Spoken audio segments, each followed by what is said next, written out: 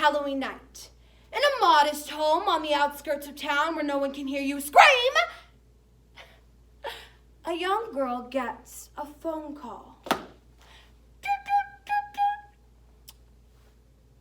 Hello?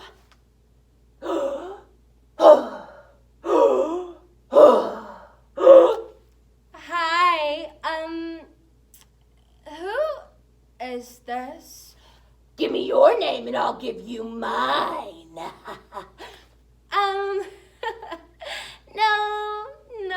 I don't think so. Give it to me now. Wow, my name is Cindy? Cindy? I know where you live. Cindy? Who are you? I am. Autism is a complex, lifelong developmental disability that typically occurs in early childhood. Now, this can impact a person's social skills, relationship communication, and self-regulation.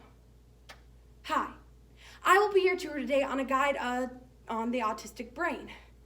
Now, I am in a unique position to speak on my experience as someone with autism. Okay.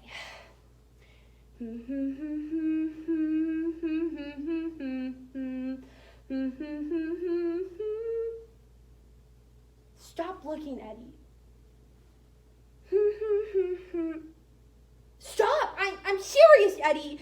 Listen, okay?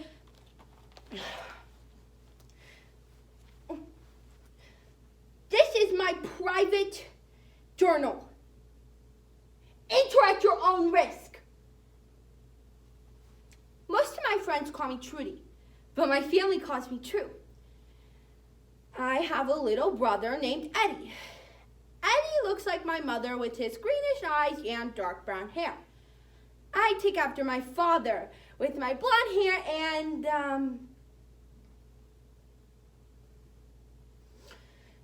big ears. Eddie has autism.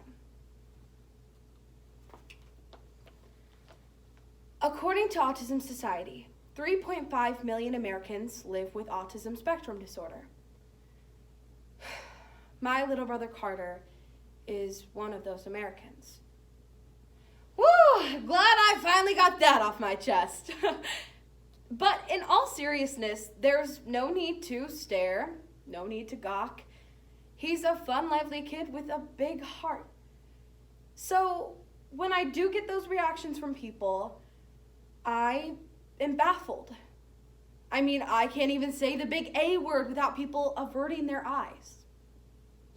So, through the prose, True Confessions by Janet Tash-Jan, The Autistic Brain by Temple Grandin, scenes from Scary Movie, the app I Am Autism by Autism Speaks, and articles from the Durango Herald and the organization Autism Society.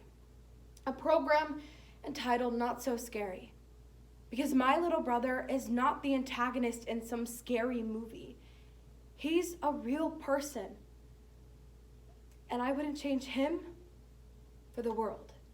All right, Cindy. My name is Sheriff Hawkins. I just want to ask you a few questions. I know you've had a rough night. Number one. Who is it that called you? Now, I'm just guessing, but I'd say some sort of a psychotic killer. I don't know. You don't know. No, it was just so scary, you know, I didn't get a name. All right. Well, I guess that, does it. You're free to go. There is no known single cause for autism spectrum disorder, but it is generally accepted that it is caused by abnormalities in brain structure or function. Brain scans show the differences between shape and structure of the brain in neurotypical children versus those with autism. Let me just say that the stockings of these here kids have been tragic, but with every tragedy, there is a silver lining. Thanks to all the press, the tourism is at an all-time high. Due to recent events, unfortunately, there has been a curfew placed effective immediately. Some technical terms used to describe Eddie: special needs, developmentally delayed. But these labels don't give you a true picture. They don't tell you that he laughs at all my jokes, or that he'll give you anything you ask for, or that no matter how cranky and mean I get, that he'll hang out with me anyway. Oh, and he loves music. No two brains are alike. There is a wide diversity in the way our brains operate, just as there is a diversity of body types. If the world is built for people whose brains develop in a similar manner, then anyone whose brain is designed differently would naturally struggle in that world. Hi, I'm Gail Hailstorm. Oh, thank you. Author of 101 Ways to Milk a Tragedy. A small town college is in shock after the unthinkable has happened. I'm here in front of the police station trying to catch a glimpse of Sandy Campbell, the young woman who was attacked earlier this evening. Oh, Sheriff! Hi, I'm Gail Hailstorm, author of one... So tell me, Sheriff, do you think the killer will strike again? There is no evidence of that. This is just a precaution, okay? Sometimes Eddie's autism brings out the worst in people. We were invited to Paula Ferrone's birthday party one time. Her parents rented all these machines, and 20 kids played for free all afternoon while her mother passed out Cokes and popcorn.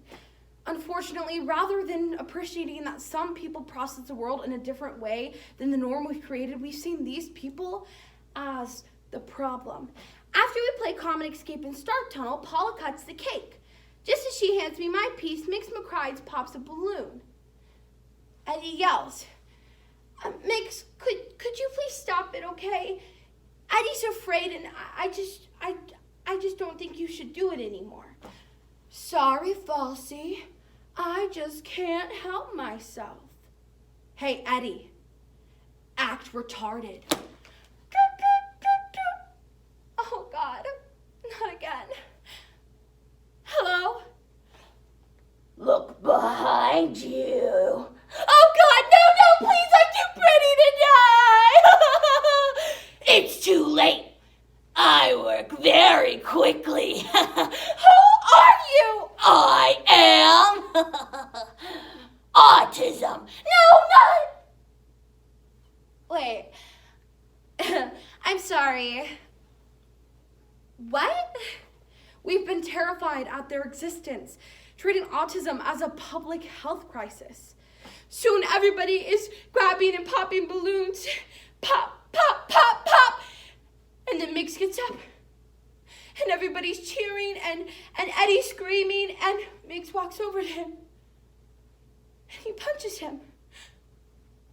And he punches him again and again and again. And stop! I drag Eddie out of the crowd and outside in the front yard. There I hold him until he stops shaking. It's okay, Eddie, it's okay. I've got you. They're not going to hurt you anymore, okay? Shh. Listen, okay? You are my sunshine, my only sunshine. You make me happy when skies are gray. You'll never know, dear, how much I love you. Please don't take my sunshine away. For decades, autistic people have witnessed this demonizing conversation that considers their existence a public tragedy, health crisis, and burden. Words I hate. Hanky-panky, camouflage, retard. Autistic people are none of those things. Autistic people are people. You're not so scary. Autistic people are people who want relationships and careers and families and feel accepted and welcomed in a world that does often not talk about them in accepting or welcoming ways. Autistic people are people, and it's time we started treating them as such.